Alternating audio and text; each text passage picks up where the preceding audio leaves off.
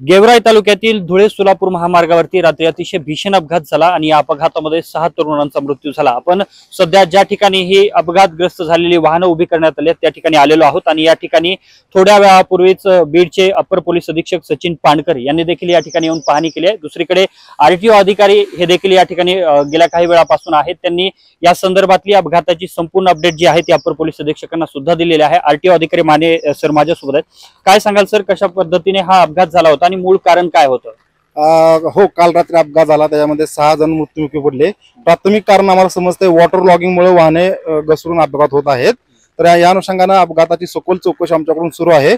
अपघाताची सखोल चौकशी झाल्यानंतरच याबाबत सांगणं योग्य होईल। आम्ही त्याबाबत अहवाल देखील शासनाला पाठवणार आहोत।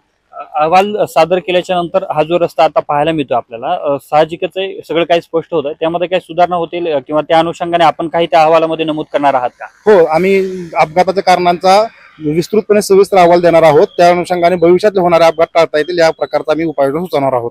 अपर पोलीस अधीक्षक सुद्धा आले होते, त्यांना काय याबाबतची संपूर्ण माहिती दिली आणि कारवाई बाबतची काही माहिती आहे का तुमच्याकडे? नाही, सरांना काय माहिती दिली तुम्ही?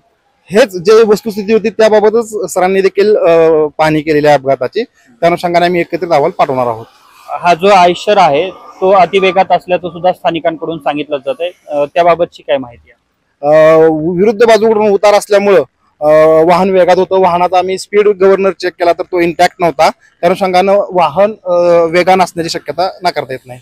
नक्कीच, धन्यवाद। हे होते आपल्यासोबत आरटीओ अधिकारी माने, ज्यांनी याबाबतची सविस्तर माहिती घेतलेली आहे आणि याबाबतची चौकशी करून जो अहवाल आहे तो शासनाकडे सादर करण्यात येईल। मात्र सध्या तरी जो सुरुवातीचा अपघात झालेला होता, जी 4 चाकी गाडी अपघात झाल्यानंतर काढण्यासाठी तरुण थांबलेले होते आणि त्यानंतर या 6 तरुणांचा मृत्यू झाला, त्या अनुषंगाने या ठिकाणी तपास केला जाईल आणि रस्त्यावरती जे मोठ्या प्रमाणात पाणी साचतंय त्यामुळे सुरुवातीला जी 4 चाकी गाडीचा अपघात झाला तो पाणी साचल्यामुळे झाल्याचं आता समोर येत आहे। या अनुषंगाने आता पोलिसांकडून देखील याबाबतचा अधिकचा तपास केला जाईल आणि शासनाकडे प्रस्ताव सादर केल्याच्या नंतर याबाबत रस्त्यामध्ये काही सुधारणा होते का हे पाहणं सुद्धा तितकंच महत्त्वाचं असणार आहे। कॅमेरामन विनोद सह मी अशोक काळकुटे, TV9 मराठी, गेवराई, बीड।